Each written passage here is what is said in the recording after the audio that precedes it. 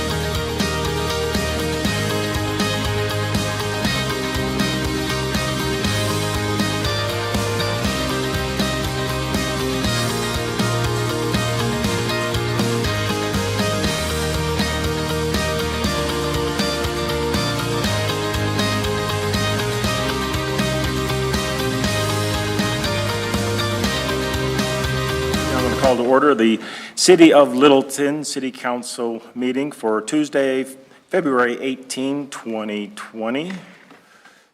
City Clerk, if you roll call. Mayor Valdez. Present. Mayor Pro Tem Malin. Here. Councilmember Driscoll. Here. Councilmember Elrod. Councilmember Fay. Here. Councilmember Grove. Here. Councilmember Milliman. Here. Cool. Please join me in the Pledge of Allegiance. I pledge allegiance to the flag of the United States of America and to the republic for which it stands, one nation, under God, indivisible, with liberty and justice for all.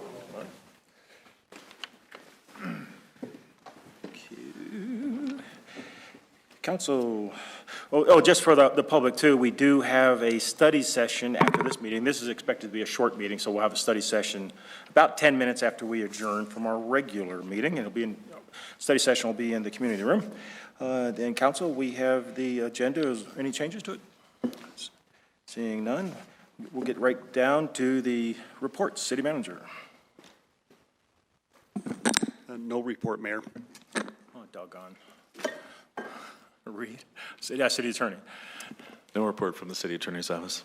All righty, cool. Council. No report. Well, we're moving right along here. This is going to be record time.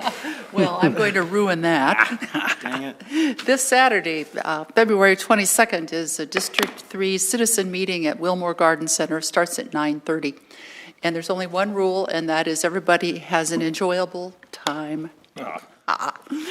Second thing is a homelessness quick report. The study that the Denver University DU is doing for the Tri-Cities is underway, and we're expecting preliminary reports at the end of summer. The study of, and that's a survey of families, is already underway. And then the study of chronic people, that is people who spend their more time on the street, is going to begin soon with the training of volunteers. And I get to be one of those volunteers to interview homeless people. That's it. Great, thank you very much. And let the record show the council member Elrod has arrived. Pam. I have a couple things. First of all, I went to a South Suburban study session, and other than looking at the different artwork for the new ice hockey rink, which is kind of cool, they did mention that Trailmark, I don't know, I was not aware of this, but I'll share this with everybody, has a deal with Foothills because there was no recreational area out there, and they're going to come to the city of Littleton to help with some additional funds for that recreation area. So just a point there. I also went to a study session for Dr. Cog, and the main topic of conversation has to do with expanding the powers of the Regional Transportation Authority, and they want to gather money for different regional projects. The projects are not specific at this point, which was one of the discussion points. And that may mean a tax on our November ballot if it gets that far. Some of the discussion topics, like not having specific projects and what do we do if certain jurisdictions don't want to be included in this, then they're going back to the person who is starting the bill, and that's going to, I guess, up for discussion starting in March. So just something to think about there. And the last thing I wanted to talk about was the Next Gen group. They have started collecting applications. It's posted on the website, so that's all good, and we have a few coming in. And they were thrilled at the support of City Council. We came up with some suggested topics for them to give us the youth perspective, and I want to run those by you and see if you agree to them. And it'll take time for them to get started on them, but one was transportation, specifically scooters. We haven't seen a lot here in Littleton, but we may in the future. In terms of Envision, that was one of the things we wanted them to work on. Sustainability ideas was an area of real interest to them. And then another one that has to do with Envision, that's land use, and give them, they can give us the youth perspective on some of the code changes, realizing staff may have to get them up to speed a little bit on that. Looking at some of the desired home styles for young people. And lastly, historic preservation versus property rights.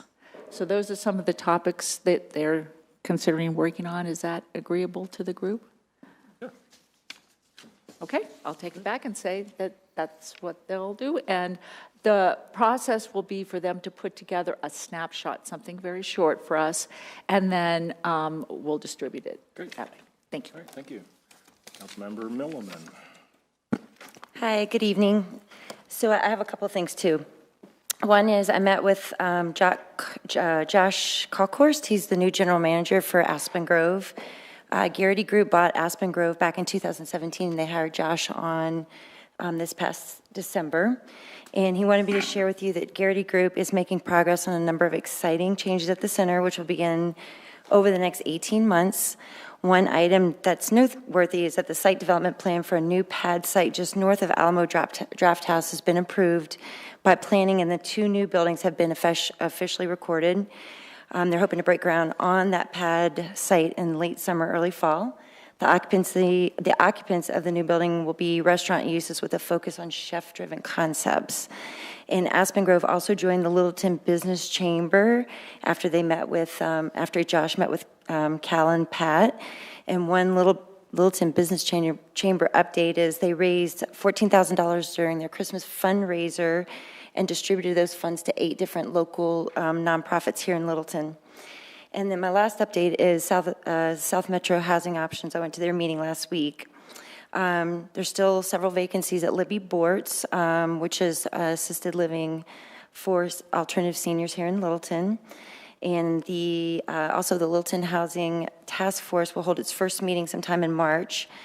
Primary objective of this group is to work off the recommendations from the BBC 2017 housing study. And South Metro will also be, this is kind of a cool thing, they will be applying for vouchers through the Foster Youth to Independence Initiative. It's a pilot program through HUD, which would provide housing vouchers for young adults who are coming out of the foster care system. The vouchers would be good for up to 36 months. Arapahoe County Human Services would be the referral agency, and additional local human service agencies will volunteer their time and expertise to help those participants get settled into life outside of the foster care system. And lastly, Corey Reitz, who is head of South Metro Housing Options, he's been invited to participate in the Tri-Cities Homelessness Initiative, as they will be a key player in providing needed economic data on the impact of affordable housing or the lack thereof here in Littleton. And that's it. Thank you. Councilmember Elrod. Did you already talk about DISH? Okay. I want to save that for you. Oh, thanks. So a few of us attended a tour of the DISH facilities here on Santa Fe. Some of you might know they're now going to have their wireless headquarters for 5G here in Littleton, so they're bringing back more of that headquarters type of workforce into Littleton, which is great. They're expecting to reach about 1,500 when that's all said and done. So that is going to be more engineering and professional jobs at a higher pay. So that's good for primary job growth in the city of Littleton. I also attended the formerly known as TLC Meals on Wheels. They have gone through a rebranding called Nourish. They essentially gave a tour of their new facility.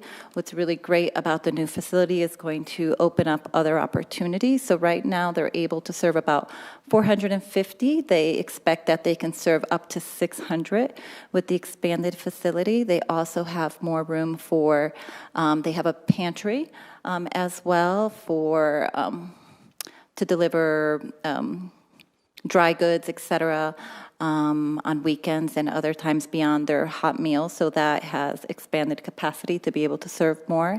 And they're also looking forward to bringing other programming into that location for as a resource beyond the meal. So really good opportunities happening there at that new location. They're very happy to be there. Always happy to have visitors, so please go visit them and look for their new branding, Nourish. And we had our first Littleton Arts and Culture Commission meeting. We had our kickoff meeting, I believe that was last week. The days are a blur. Really great to bring different organizations, businesses, and entities to the table to talk about arts and culture in Littleton and how rich it is. The purpose and premise of the Littleton Arts and Culture Commission is to bring these entities together for the city of Littleton and really identify ourselves as an arts and culture center within the South Metro region. So more to come on that. One of the members of the Littleton Arts and Culture Commission is the Arapahoe Philharmonic. They're based here in Littleton, but they perform in Denver because they don't have a space any longer in Littleton. When they were performing in Mission Hills, they were able to support an audience of 700 to 800 per show. So it's unfortunate we don't have that. Those people here in Littleton, right now they're going to Denver, but that's part of the purpose, again, of the Littleton Arts and Culture Commission to try to coalesce some of these opportunities for us here. That's all I have. All right, Mayor Pro Tem. No report. No report. All right, great. Thank you. I just have a couple things. One, I want to congratulate Sarah Fox for the award she just received. Mark, do you know the name of the award, title of the award she received? It is the Colorado City and County Managers Association Assistant of the Year. Congratulations. Congratulations. And last, this is just for, I've had some folks ask me about council schedules and stuff. I know the city manager and staff are working on putting up a temporary or a tentative calendar for folks to go online. I think is probably how it'll be, but it'll just be very temporary. So it's always going to be very dynamic, and it's not a hardcore set, but it will be something that folks can at least look at to see what council may be addressing at some time in the future. And that is it for that. We have no scheduled citizens' appearances, so we'll move on to the public comment, and I'll speak slowly enough so that the city clerk can get our sign-up card. Public comment is an opportunity to express opinions or ask questions regarding issues that are not part of public hearing on tonight's agenda. Because of open meeting laws, the City Council will not discuss, comment, or take action tonight at tonight's meeting on any issues raised by public comment that is not on tonight's agenda. However, the mayor may refer the issue to city manager, city attorney, and/or staff to obtain additional information to report back to the council as appropriate. We expect comments to be civil. Disrespectful or disruptive behavior will not be tolerated. Thank you. I will call your name and of those that are on the list, and when you come up, you will have, please give us your name and your address, and you will have 3 minutes to express yourself. Also, the city clerk will hold up a yellow card when your 30 seconds is, you're nearing 30 seconds left, and a red card when your time has expired. First on our list tonight is Mr. Frank Atwood, and on deck will be Pam Chadbourne. Howdy, Frank. Good evening, City Council. My name is Frank Atwood. I'm in the 4th District, and I'm here to talk about the Littleton Snow Squad. As you may know, the Aging Well office at the Bemis Library coordinates the Littleton Snow Squad, and I encourage members of the public to join it and be assigned individuals that are unable to shovel their walks and to contribute to the community with extended members of the extended members of the community. The phone number for Sharon's office at Aging Well in the library is 303-795-3980. I'm hearing rumors that individuals who were not on boards and commissions or city council who have graduated from the Littleton Academy are going to be recruited for the Snow Squad, and I look forward to them joining me on the Snow Squad and hope they enjoy it as much as I do. Also, a second rumor that I've heard that I don't know if there's any truth to, but I hope there is that those same individuals, graduates of the Littleton Academy, will be doing a report on the character of downtown Littleton, especially how it's evolved that we've had so many four-story structures and call it a Grove Vita that is dwarfing the courthouse. I hope to look forward to that report and feel it'll be absolutely wonderful and satisfy a lot of people, including my curiosity. So thank you, City Council. Look forward. Thank you. Thanks, Frank. All right, Pam Chadbourne.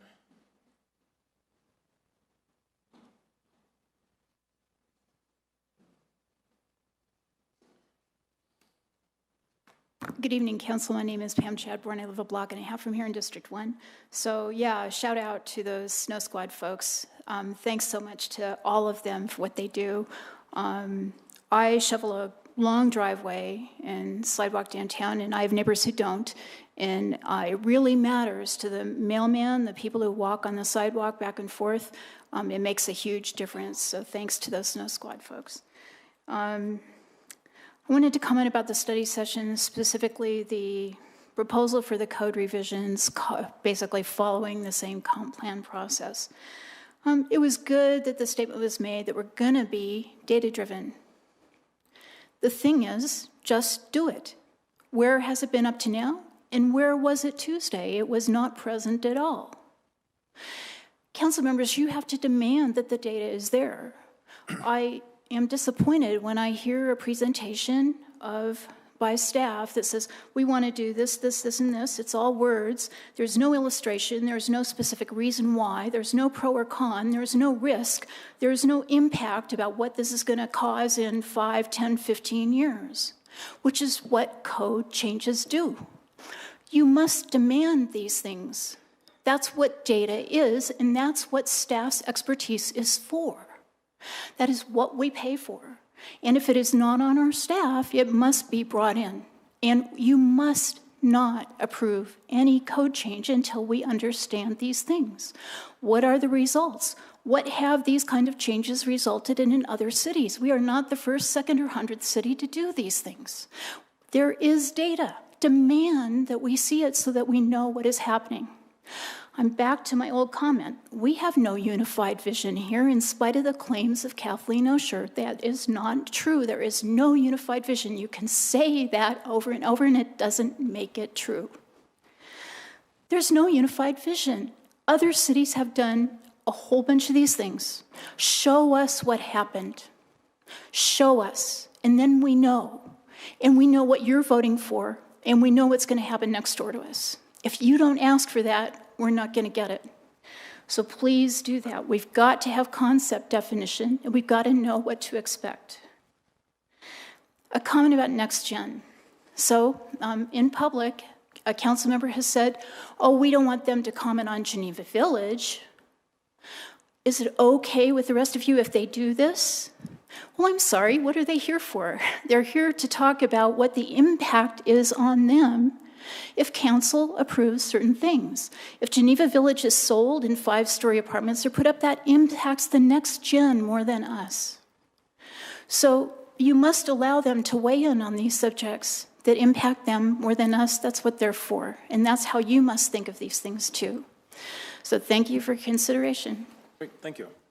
Is there anyone else who didn't sign up that would like to speak?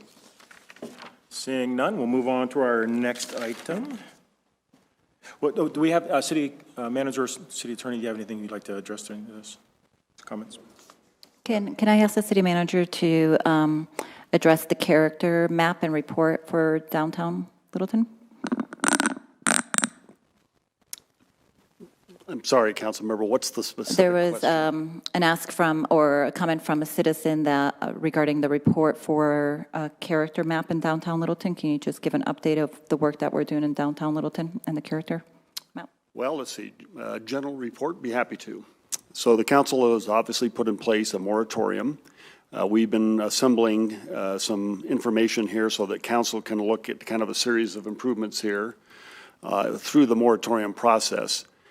They affect the design guidelines, and this is largely, I would say, kind of the character of development.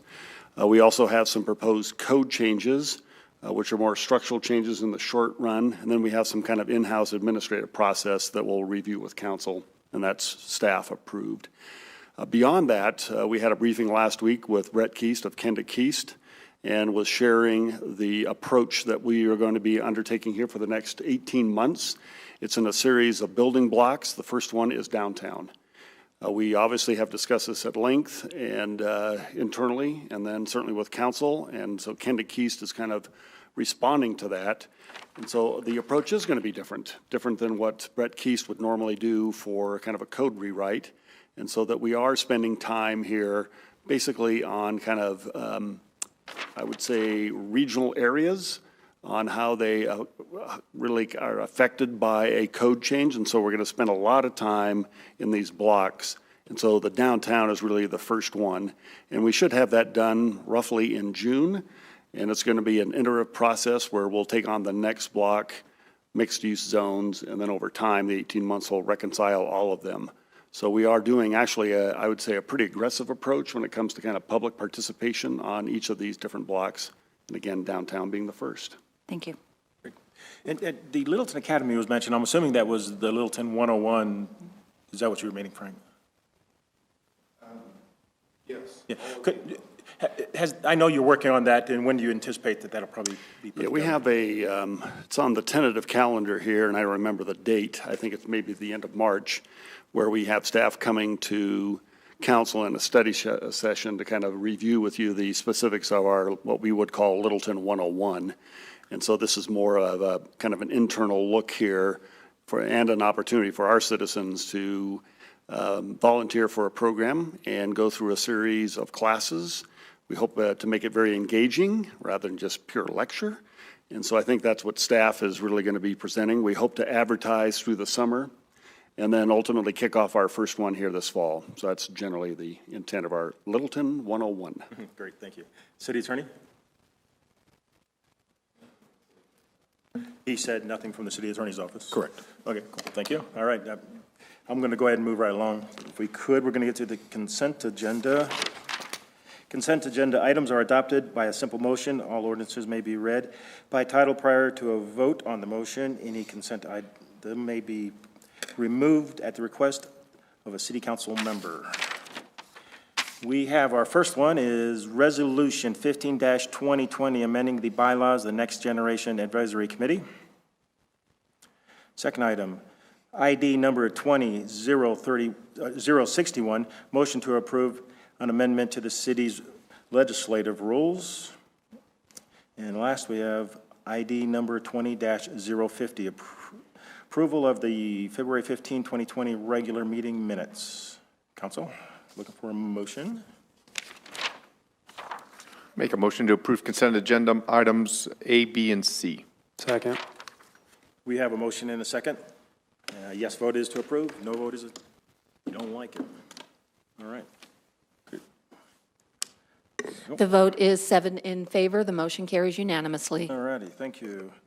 We have no general business tonight, but we do have a couple of ordinances on second reading.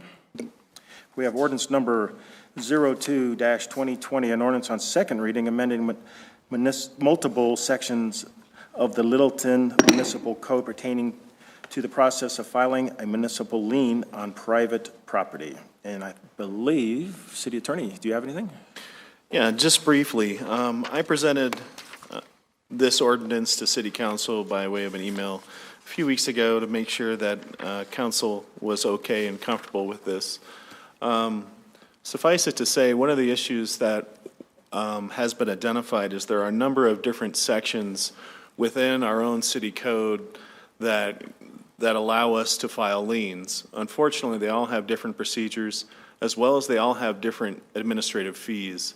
So, for example, depending on the type of work that's being done by the city to benefit a private property owner, a fee can be assessed on the lien anywhere from 10% to 40%. So most of the time this comes up when the city's doing a lot of code enforcement type issues. So they send out a notice to a property owner letting them know of weeds or letting them know that their tree is falling down, any number of things that can cause our code enforcement department to get involved. What we'll typically do is if we can't do the work ourselves, we will hire out with a firm to come do and contract for that work. They send us a bill. We pay them. The city pays that bill. We forward that bill on to the property owner, and then we're left with kind of how do we collect when they don't pay back. So this is what the lien procedure is designed to do. It's designed really to standardize the way that we go about collecting these monies that are owed to us, and allows us to file a lien on a property until we get paid or until that property is sold and we get the proceeds back to cover our lien plus interest. The other item that this addresses is our current procedure calls for City Council approval on these liens, which isn't necessarily the most efficient way to go about doing things, not only in terms of the cost. Oftentimes the work that's being performed is a few $100s. The cost involved with going to City Council to get City Council's approval can be cumbersome and perhaps not worth your time. Additionally, if a property was sold during this time, there is the risk that the city wouldn't be able to collect if we were waiting for City Council approval to get on their agenda. So what this does, it creates one ordinance for the filing of municipal liens. It establishes one single fee associated with those administrative costs of 15%, and it allows the city to file these liens administratively. So. Thank you. Council, if we don't have any burning questions, I'm going to go right into the public hearing. Karina? I have a question.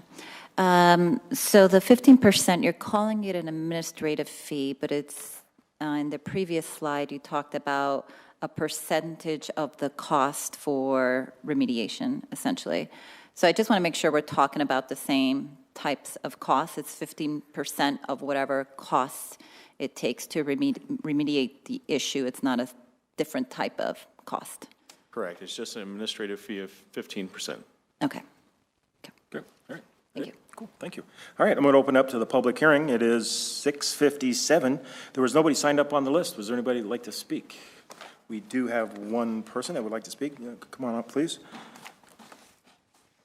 Okay, if you will, please give us your name and your address. And also, as you know the format here, but for everybody else, this is a chance for you to express your opinion on this item. You have 3 minutes. A yellow card will be presented, a red card when your time is up. Thank you.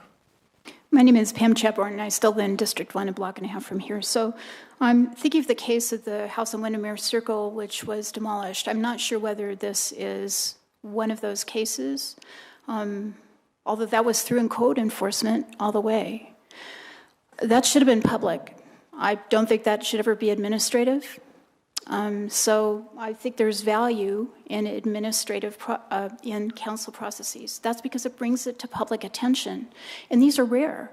I have not seen you guys spending a lot of time on this, or planning commission. And when it is, it's usually things that matter.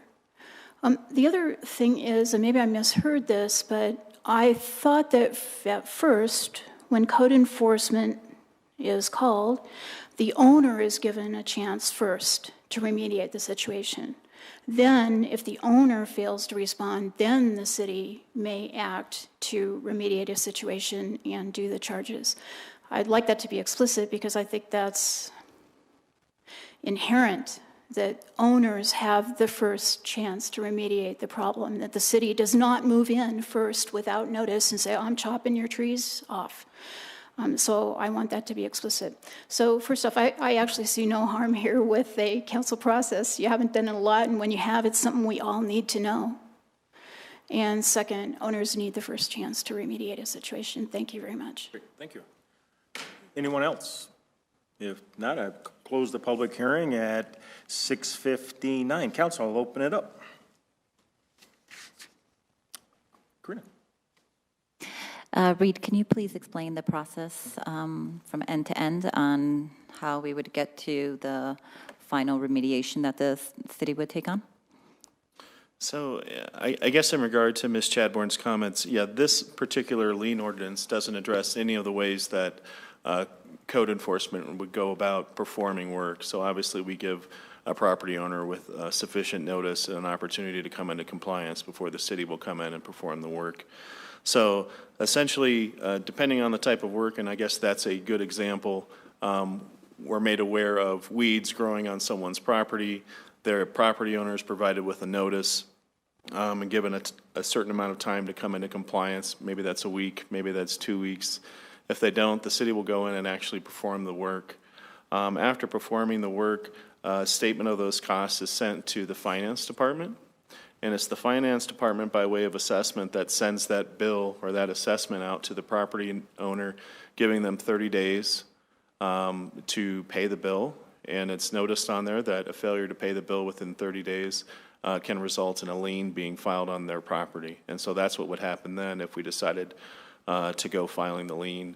In terms of the times that this city council has been made aware of the lien process, it hasn't happened very often because we haven't been doing it. So most of the time it's either sent by way of collections to try to collect some of these monies, or it's just sitting out there uncollected. This is just another tool to ensure that the city is repaid for the work that they caused to be performed on someone's property. That's all this is doing.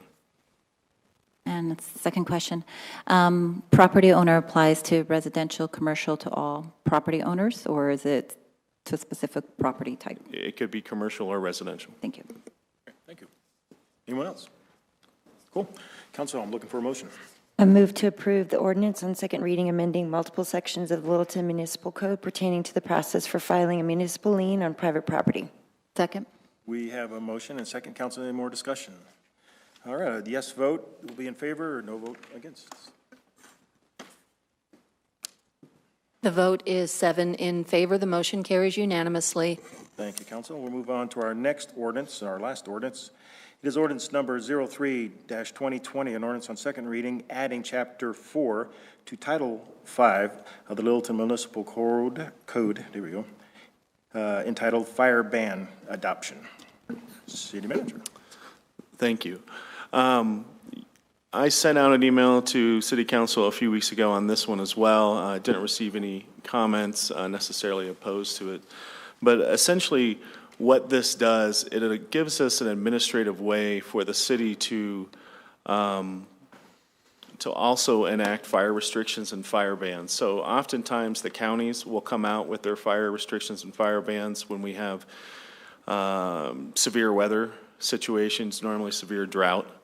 And up to this point, the city has not had an ability to join in those fire restrictions and place fire restrictions and fire bans within the city unless it goes to city council. And we went by way of resolution. The PowerPoint isn't working, but it's not that exciting, so don't worry. So what this does, it allows the city manager to publish a public notice on the city's website. Tyler, it's okay. Okay. That would join in these various fire bans. So if Arapahoe County came out with a fire restriction, stage 1 fire restriction, it would allow the city manager to join in that. What that does is that allows the city to enforce these fire restrictions and fire bans. So a person caught violating one of these fire restrictions could technically be ticketable in our municipal court. So essentially, that's what that does. It's really just for best practices to have something in place so that the city can respond in a quick fashion in these types of emergent situations that unfortunately happen. So if anyone has any questions. Council? No questions. All right, we'll open it up to a public hearing. It is 7:04. We had nobody sign up. We have Ms. Chadbourne. You know the rules here, 3 minutes, yellow card, blah, blah, blah, blah. Thank you, Mr. Mayor. My name is Pam Chadbourne. I live a block and a half from here, and I unfortunately have an experience with this as well. So living downtown, I'm very near where the fireworks are done all the time. I've called about the fire ban before because a few years ago, I called because there were fireworks landing in grass, and I was told the city can't do anything. And that was a shock. Now, believe it or not, I don't bring everything to you guys, so you never heard this from me before, but we need this. This is a good thing, partly because we've got fireworks all the time going on, and if there's a drought, we need to be able to act to do something if the fireworks go awry. I'm also going to say, I've got neighbors who do fireworks. It's against the law, and I've had them land on my roof in my driveway, and I've seen them out in the street going all sorts of directions. And if there's a fire ban in place, the city needs to be able to act about that as well. Maybe the ones near me aren't the worst, but I'm sure I've seen some going up that people need recourse about. So this is a good thing, and I hope that you take action on it, approve it. Thanks. All right, thank you. Anyone else? Seeing none, public hearing is closed at 7:05. Council, do you have any comments? No? City Attorney, you have anything else you want to add? No. Oh, Council, I'm looking for a motion. I move to approve the ordinance on second reading adding Chapter 4 to Title 5 of the Littleton Municipal Code entitled Fire Ban Adoption. Second. We have a motion and a second. All right, Council, any more comments? If not, a yes vote will be in favor of the ordinance, a no vote is opposed. The vote is 7 in favor. The motion carries unanimously. Thank you, Council. We have no other items, but we do have a study session. It is just after 7:06, so at 7:15, that should be enough time for we'll reconvene in the community room. Thank you.